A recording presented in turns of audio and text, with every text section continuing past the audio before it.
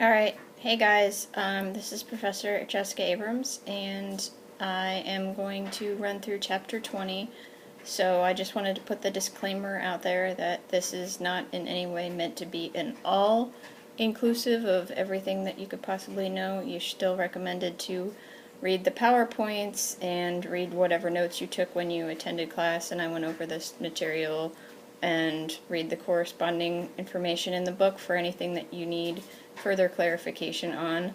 This is just meant to illustrate some of the major concepts and give you an opportunity to pause and rewind and play in slow motion if you need to, because unfortunately, we're limited on the amount of class time that we have to cover these things. So Chapter 20 is about antibiotics, and it starts off with a little cute story about Alexander Fleming, who really was a really important contributor to science and medicine as we know it. He discovered penicillin, and penicillin was the first mass-produced antibiotic. I'm sure it's one that you've heard of because we still use it today, and we also use a lot of other compounds, drugs that are derivatives of penicillin. In other words, they're modified versions of penicillin, but they use penicillin as their major structure. So the funny story is that it was an accidental discovery, as many important scientific discoveries are, and the way that it came about is that Alexander Fleming's favorite hobby was painting with bacteria. Yes, you heard that correctly. For those of you who did not come to class, it's painting by bacteria. So you've, I'm sure, grown a bunch of different species now in lab and had the chance to look at some of the colonies and notice that they make different textures and different colors and different shapes. So he used that knowledge of different colors and shapes to make little paintings, and you see that they're in the shape of a petri dish. All of those pictures that you see are all painted with different species of bacteria. And he noticed one day that when he was painting, every time that he'd leave his paints out, and this particular mold would grow over them, it would kill the bacteria, and it took him a while to realize that that was because it was producing a compound that was killing off the bacteria. Of course, at first he just thought, they're starving the bacteria out, they're overgrowing them, whatever.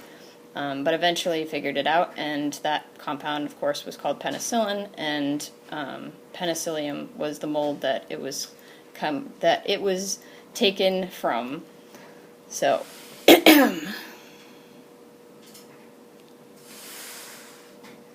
alright, so features of antimicrobial drugs. The most important concept that we are going to talk about, and the thing that I'm going to keep coming back to over and over again, is this idea that what makes for a good antibiotic drug, and in fact what makes for a good drug in general, right? And it's a property called selective toxicity.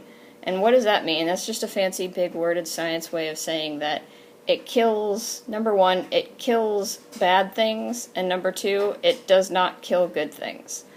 And for most drugs there's going to be some overlap, right? There's going to be some level at which they become toxic to you as well. But the idea is that hopefully, by and large, the number one thing that they're killing is, in this case, bacteria. In other drug cases, they're targeting a specific organ or a specific cell type, or a specific protein that's being overproduced in a certain disease, and they're not affecting the ones that you don't want to affect. But, of course, toxicity and side effects do occur with pretty much every drug at a certain level. So that brings us to probably the second most important concept, which is therapeutic index. So therapeutic index is also called therapeutic window, and I've made these numbers up, but the idea is, like we said, that for a drug to be effective, for a drug to be good, you want it to kill what you're trying to kill and not kill you, right?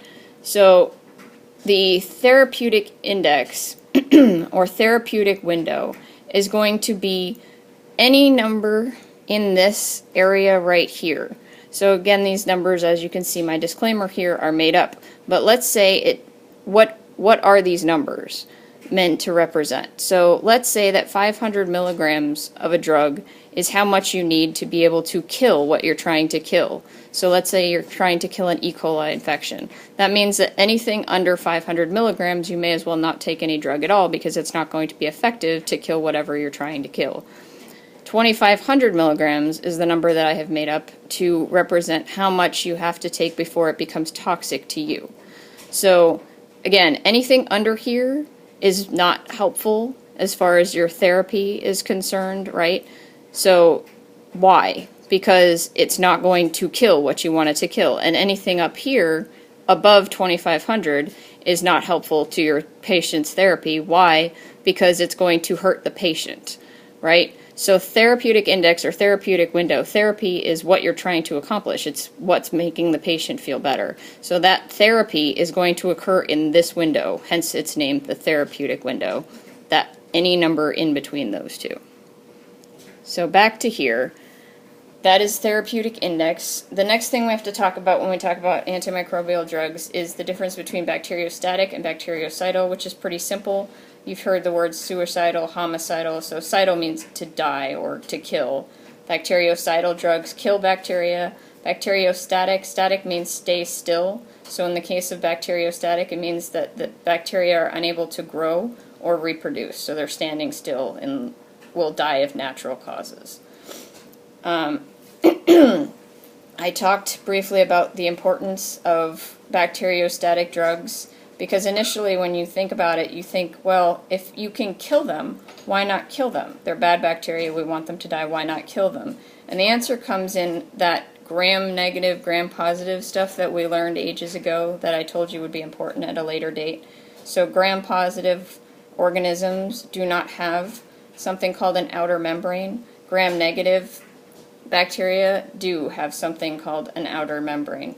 And another name for the outer membrane is LPS or endotoxin.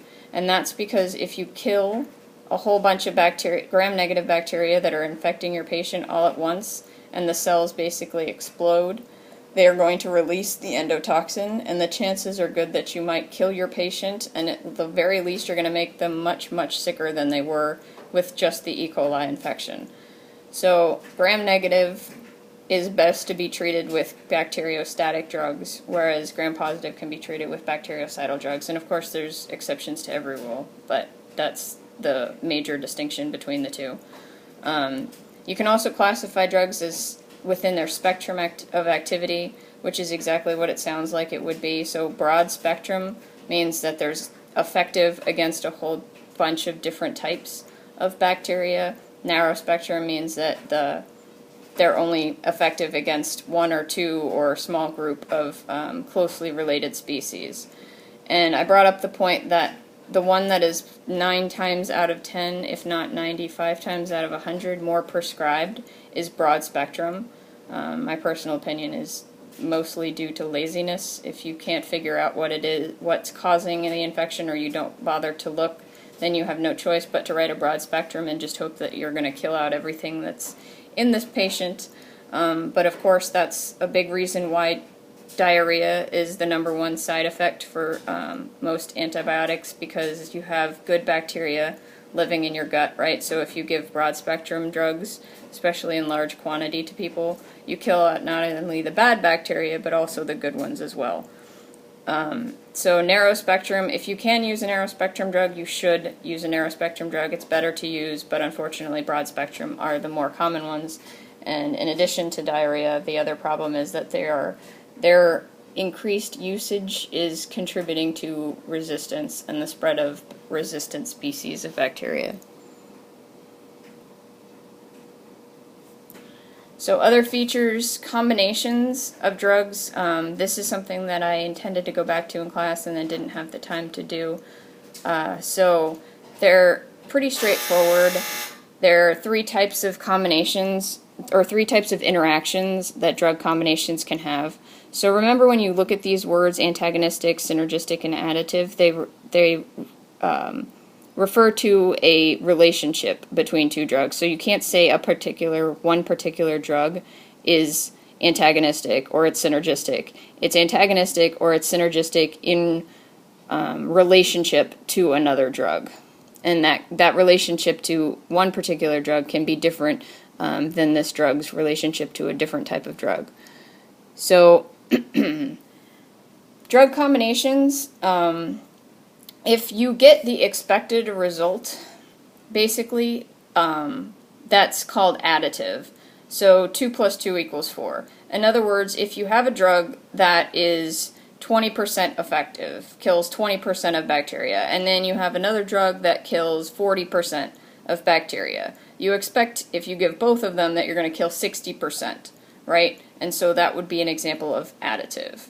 Antagonistic is when one drug action opposes the other drug action or works against it, and so what you get is less than the expected result if that's what's occurring. So 2 plus 2 is less than 4. So let's say you have a drug that's usually 80% effective, and you have another drug that's usually 15% effective. If you give them together and they're additive, which is what you expect, then you would expect 95% effectiveness, right? Because 80 plus 15 is 95. But instead, you get, let's say, 65, right? So you get less than what you would have with just one of the drugs. And that's, excuse me, that's antagonistic. So synergistic is when you get more than the expected result. So 2 plus 2 is more than 4. And that's when the actions together are greater than the sum of the parts. So if you have a drug that is, let's say, 40% effective, and you have another drug that's 30% effective, but when you give them together, you get 90%. You expect 70, 40 plus 30, but you get 90%. So you have some kind of synergism working together. The whole is greater than the sum of the parts. Alright, so some other things to consider. Tissue distribution, which just means exactly what it sounds like, the distribution in the tissues. So that's first of all you need to consider the distribution of the drug. So, is it available orally? So in other words, if you give it to somebody as a pill, is it actually going to get to where in the bloodstream where it needs to be, or is the stomach going to destroy it? Tissue distribution also has to do with the bacteria. So we learned about leprosy, for example, likes, the hands and the feet more than it likes other things because they're the coldest regions on the body. So tissue distribution is what types of tissue, where in the body exactly are things going, both the good things and the bad things. Metabolism is a very, very important thing to consider. Some people metabolize drugs so quickly that, they can't get to that effective level. So if you metabolize drugs too quickly, you can't get to that minimum 500 milligrams because your body is excreting it faster than you can take it in. And there are some people who are very slow metabolizers, and what would be the problem with those is the opposite, right? They would have a much easier time getting to toxic levels because you keep giving them doses and giving them doses, assuming that they're excreting at a particular rate and they're not. So that all of that together, half-life is just the amount of time it takes for half of something to be rid of in the body. So if you give 500 milligrams, the first half-life would be how long does it take to get to 250 milligrams. The second half-life would not be to 0, it would be then half of 250, so half would be 125, and so on and so forth. So all of these things, half-life, tissue distribution, metabolism, excretion, they all kind of go together, and they have to do with how often. Dictates frequency means how often you would give the drug. Adverse effects is anything bad that happens because of the drugs, and of course the higher the dose, the more adverse effects that you're going to see, but they fall into two major categories. So toxic effects are somewhat predictable. That's like when you get too much of the drug or the direct side effects of the drug, and then allergic reactions, which are harder to predict. Resistance is definitely something that needs to be kept in mind because it's becoming a bigger and bigger problem. The smarter that we humans get and the better the drugs that we develop, the smarter that the bacteria get, so to speak, and the better that they become resistant to it. Some bacteria are born resistant to a particular antibiotic, and so we call that innate or intrinsic because they're born with it in them. Acquired means they got it from one of those routes that we talked